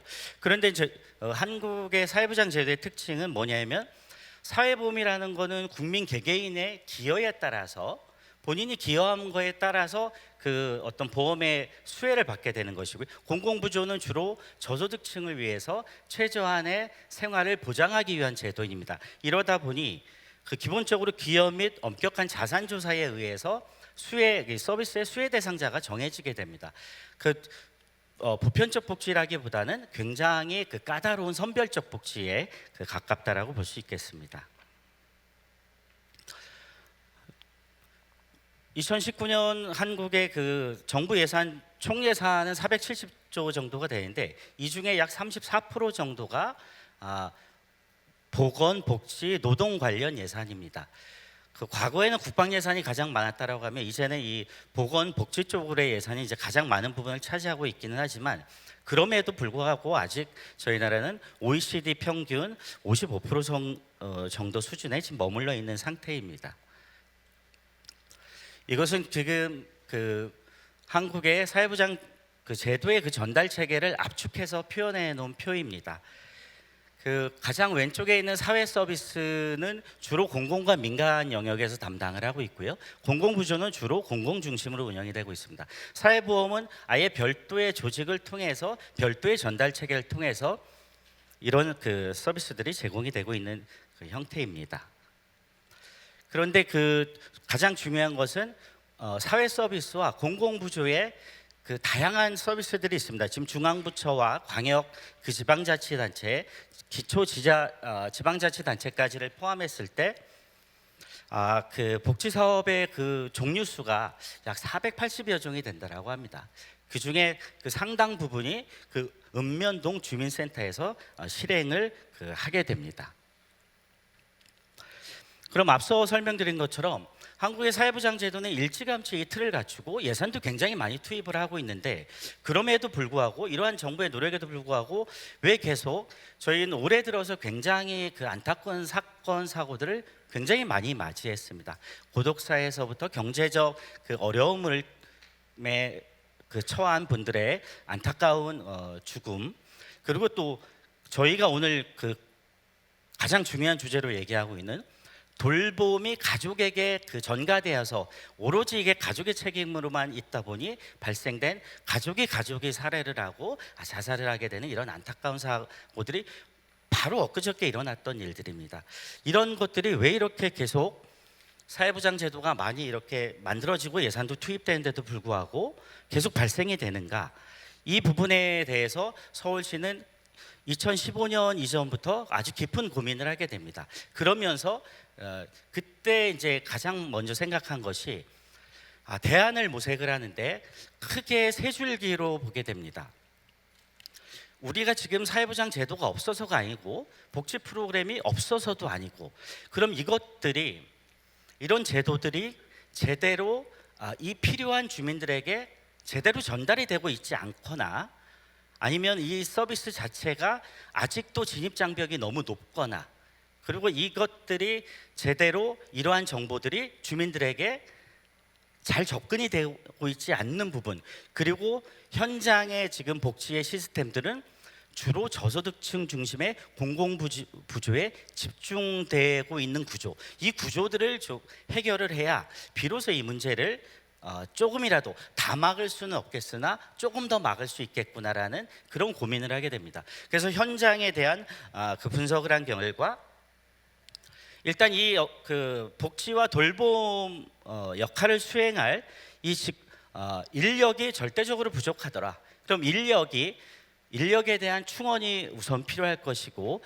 그리고 저소득층 중심의 그 찾아오는 민원, 주민이 요구했을 때, 욕구를 표출했을 때 그럴 때만 대응하는 행정이 아니라 주민이 요구하기 전에, 욕구가 발견되기 이전에 공공이 먼저 고민하고 그 욕구를 찾아서 나가는, 이 찾아가는이라는 그 의미는 두 가지 의미라고 저는 해석을 합니다. 물리적 이동으로서 그분들이 계시는, 주민들이 계시는 속으로 찾아가는 의미가 있다라고 보고요. 주민들이 평소 느끼고 있고 어려움을 갖고 있으나 그것을 미처 표출하지 못했을 때 행정이 먼저 그것을 고민해서 그 욕구들을 찾아서 먼저 그것에 대한 대안들을 만들어내려고 하는, 이런 두 가지 의미의 찾아가는 이라는 의미를 갖고 있다라고 봅니다. 그래서 이 동주민센터라는 그 주민과 가장 가까이서 맞는 최접점에 있는 행정기관의 역할을 찾아가는 동주민센터라는 별도의 명칭을 붙여서 바꿔나가려고 하는 겁니다. 그래서 찾아가는 동주민센터라는 것을 아주 축약해서 설명을 드리자고 하면, 그 동이라는 아주 작은 지역사회에서 주민생활의 여러 이슈들, 복지 문제뿐만 아니라 생활 전반에 걸친 여러 가지 불편사항들까지를 함께 해결을 해나가려고 하는데, 그동안의 과정들을 보면 공공은 공공대로 따로 막 열심히 뛰어가고 민간은 민간대로 열심히 뛰어나가는데, 이제는 어느 지점에서는 민간과 공공이 함께 만나서 논의하고 협의점을 찾아 나가는 그런 노력들을 행정이 먼저 해나가야겠다라는, 민간 협력을 통해서 이러한 문제를 해결해 나가자는 것입니다. 그런데 민과 관이 협력해서만이 아니라 민과 관은 또 하나의 공급자 중심일 수가 있습니다. 그렇기 때문에 민과 관이 노력을 해서 궁극적으로 이루고자 하는 것은 골목 단위에서 실제 생활하고 있는 우리의 주민들이 이웃이 이웃을 살피고 이웃이 이웃의 문제들을 먼저 찾아내서 공공과 민간에 알려주고 협력해서 그 문제를 해결해 나가고자 하는 그런 과거의 마을 복지 공동체성을 회복하자고 하는 것이 찾아가는 동주민센터의 가장 궁극적인 목표 지점이라고 보실 수 있겠습니다. 근데 이제 갑자기 이런 것을 어느 날 갑자기 하자라고 해서 다 언제든 이렇게 준비가 돼 있던 것처럼 공무원들이 손쉽게 바뀌지 않고 주민들이 손쉽게 바뀌지 않습니다. 공공기관이라는 것은 과거부터 현재까지 아직도 일반 주민들이 느끼기에는 뭔가 이렇게 규제를 중심으로 하는, 뭔가 주민을 통제하려고 하는 그런 기능 중심의 기관으로 보입니다. 그리고 주민들은 언제든 이런 공공행정 서비스에 이 객체였지 내가 그것을 주도적으로 했던 주체인 적이 별로 없었던 것 같습니다. 이런 그 서로가 낯선 이런 그 주민과 공공행정 인력들이 서로 지금 노력을 해서 이 부분들을 지금 바꿔나가려고 하는 노력을 서울시는 지금 2015년부터 현재까지 이렇게 진행을 해오고 있는 부분이라고 이해해 주시면 될 것 같습니다. 이 부분은 그 페이퍼를 참고해 주시기 바랍니다. 그러면 이 차동은 그럼 아주 압축을 해서 그럼 뭘 하자는 것이냐? 찾아가는 동주민센터의 약자가 차동인데요. 일단은 동주민센터에서 일하는 전 직원은 아까 제가 뭐 눈 얘기를 했었는데요. 한국의 이 읍면동 주민센터라는 행정기구는 어쩔 수 없이 종합민원을 할 수밖에 없는 구조입니다. 어느 날 갑자기 복지 사업만 할 수는 없습니다. 기존의 역할을 하면서 복지를 좀 더 강화하는 쪽으로 지금 가야 합니다. 그래서 동주민센터의 모든 직원들은 내가 근무하는 그 동주민센터의 지역을 동주민센터 직원들이 이렇게 분할해서 담당을 하게 됩니다. 동주민센터 직원들이 적은 동은 10여 명, 많은 동은 30여 명이 됩니다. 그래서 모든 동주민센터의 직원들을 이제 그냥 공무원이라고 하지 않고 우리 동네를 살피는 주무관이다 이렇게 표현을 합니다. 우리 동네 주무관들은 상시적으로 내가 담당하는 지역을 최소한 일주일에 한 번씩은 이렇게 마실을 나가게 됩니다. 출장을 나가서 이게 뭐 딱딱한 출장이 아니라 내가 담당하는 지역의 주민들은 어떤 문제를 갖고 계신지, 어느 지역에 우리 주민들이 많이 모여서 이렇게 주민들끼리 서로 환담도 나누시고 어떠한 정서들이 있으신지, 일상생활에 불편사항은 어떤 것들이 있으신지 이런 부분들을 살피고 함께 얘기를 나누면서 그 안에서 마을의 의제들을 발견을 하게 됩니다. 그리고 동주민센터의 사회복지 전담 공무원이라는 사회복지 전문 인력들을 과거에 비해서 2배를 충원을 하게 되고요. 이 차동 사업을 하면서 복지에 국한하지 않고 이제는 보건 전문가인 찾아가는 방문 간호사까지 투입을 하게 됩니다. 그래서 이제는 복지와 보건이 함께 지역사회에서 작동되는 구조로 지금 만들어가고 있습니다. 그래서 과거에는 어떤 저소득층 주민들이 뭔가 문제가 있을 때 찾아와서 문제를 제기하고 요구를 표출하시면 그에 대해서 대응했다라고 한다면, 이제는 먼저 계획을 세워서 아주 기본적인 보편적 방문의 대응은 어떤 식으로 하고 있냐면, 매월 만 65세 도래하신 노인 인구층을 무조건 저희가 방문 대상으로 삼아서 그분들을 찾아뵙고 있습니다. 또한 모든 출산 가정에 대해서 무조건 방문해서 그분들에게 연관된 복지 서비스와 돌봄 서비스에 대한 안내를 선제적으로 대응을 하는 체계로 지금 하고 있습니다. 그와 더불어 기존 복지 대상자들로 선정되신 분들을 위해서 서울시에서만 또 별도로 만든 국가 지원 제도가 미처 커버하지 못하는 부분까지 완화된 서울형만의 서울형 기초보장제도, 서울형 긴급지원제도를 통해서 또 커버를 해나가고 있습니다.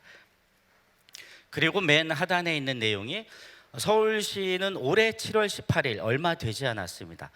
그동안 이 차동 사업을 통해서 저희가 많은 어려움에 처한 주민들을 찾아내고 발굴해서 문제 해결들을 해왔는데,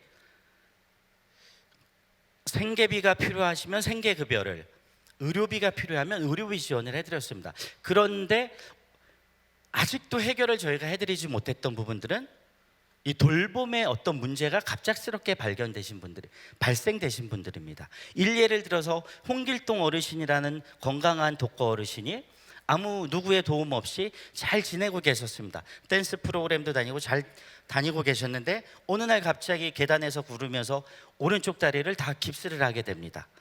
이분에게는 약 6주 정도의 그 치료가 필요한데 누군가 집에서 이분을 돌볼 사람이 있다라고 한다면 이분은 병원에 입원할 필요가 없습니다. 그런데 아무도 돌볼 사람이 없는 이 홍길동 어르신은 부득이하게 사회적 입원을 병원으로 하실 수밖에 없는 구조가 됩니다. 저희에게 여러 가지 그 인적 안정망, 그 느슨한 형태의 민간 협력 체계들이 있기는 하지만 느슨한 형태의 그 협력 체계들에게 고정 서비스를, 양질의 서비스를 제공하라고 할 수는 없습니다.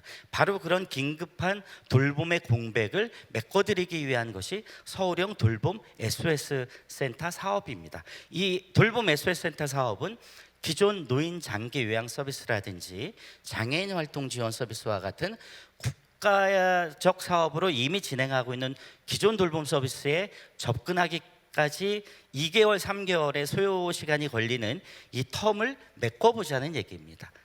그렇게까지 이제 서울의 돌봄 복지는 그 대응을 해나가려고 하는 것입니다.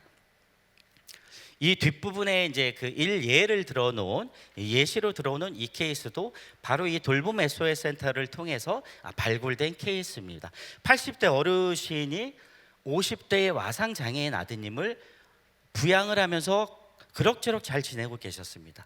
그런데 아무래도 이제 기능 저하가 오신 아버님께서 아드님을 돌보시다가 본인도 이제 허리를 다치시게 되고 아드님과 아버님이 다 같이 돌봄의 위기에 처한 이런 상황이 됐습니다. 근데 이분들은 기존 돌봄 서비스에 접근이 돼 있지 않았었기 때문에 지금 당장 기본 돌봄 서비스에 신청을 한다 손 치더라도 2개월, 3개월 후에나 그 서비스를 받게 됩니다.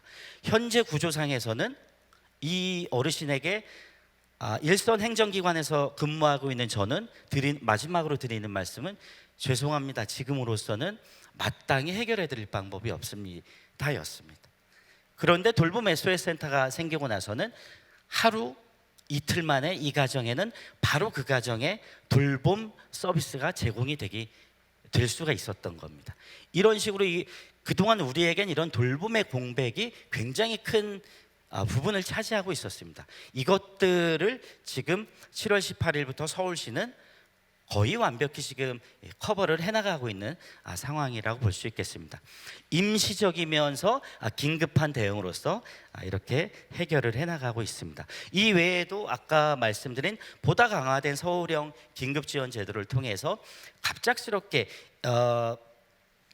한국의 공공부조의 대표적인 게 국민기초생활보장제도입니다. 아까 2인 가구 같은 경우 국민기초 수급자가 되었을 때 월 평균 그 정부로부터 지원받을 수 있는 생계급여라는 것은 약 80만 원 정도가 됩니다. 근데 이 어르신이 갑자기 다치셔서 MRI 찍고 만약에 뭐 아주 간단한 그 처치를 받으셨다라고 해도 못해도 6, 70만 원의 의료비가 발생이 됩니다. 80만 원 받으시는 분이 6, 70만 원 의료비를 지급하고 나머지 돈으로 한 달을 생활을 하실 수가 없습니다. 이럴 때 서울형 긴급지원을 통해서 의료비를 지원하고 돌봄 SOS 센터를 통해서 돌봄 서비스를 제공하고 이런 식으로 과거와 달리 보다 촘촘한 돌봄 서비스를 제공을 하고자 하는 것입니다. 이런 것이 그 서울형 돌봄 복지의 하나의 모델이 아닐까, 하나의 예시가 아닐까 이렇게 설명드릴 수 있을 것 같습니다. 마무리 말씀으로 여러 가지 많은 그 텍스트를 써놓긴 했는데요. 맨 마지막 부분만 시간 관계상 설명드리도록 하겠습니다. 모든 것은 그렇습니다. 이 찾아가는 동주민센터 사업 서울시에서 시작한 것이 2015년입니다. 제가 근무하는 노원구는 2016년부터 시작했습니다. 이제 3년, 4년 차 들어가고 있습니다.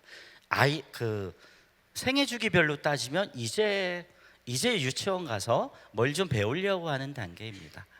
제가 얼마 전에 영국에 간 적이 있었는데 그때 그 간호사 선생님께서 그런 말씀을 하셨습니다. 우리 영국도 이 민간협력 네트워크를 통해서 NHS 서비스가 자리 잡기까지 무진장 많이 싸웠고요. 갈등 구조가 20년은 갔었던 것 같습니다. 그리고 전문가들끼리 쉽게 서로 변하지 않더라고요. 전문가들끼리 협력해야 하는 공공의 인력과 민간의 인력끼리 서로의 의견을 일치해 나가는데 굉장히 오랜 시간이 걸렸습니다. 우리 스스로 변화하는데 굉장히 많은 시간이 걸렸습니다. 느지막 조금 더디 가더라도 올곧게 갈 수 있도록 이렇게 좀 기다리면서 천천히 올곧게 가는 그런 진행 방향이 필요하지 않을까 싶습니다라는 게 제가 가장 많이 깊게 남았던 얘기입니다. 그래서 마지막 말씀으로 저희 서울형 돌봄복지가 제가 아까는 좀 과장되게 이렇게 해서 모든 걸 다 막았습니다라고 이렇게 오해의 소지가 있게 말씀을 드렸는데요. 저희가 추구하는 방향은 그렇습니다. 모든 걸 다 막을 수는 없습니다. 저희가 아무리 노력을 해도 안타까운 일들은 계속 될 것입니다. 그런데 서울시는 이렇게 좀 더 촘촘한 복지를 강화해서 조금 더 막아보고자 하는 것입니다. 조금 더 많이 해결해 보고자 하는 것입니다. 그렇게 서울형 돌봄복지를 이해해 주시면 감사하겠습니다. 감사합니다.